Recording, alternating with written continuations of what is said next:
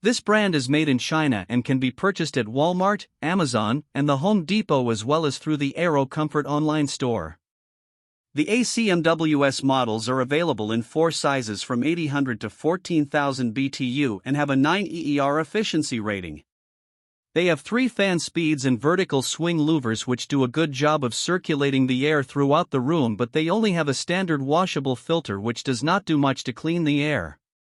These air conditioners use environmentally friendlier 32 refrigerant but only use an exhaust hose, which means conditioned air is constantly being removed from the room and having to be replaced by outside air, which is less efficient.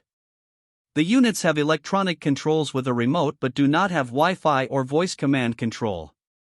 They do not use condensate evaporation technology, so they require either continuous draining of the condensate or manual dumping of the condensate bucket.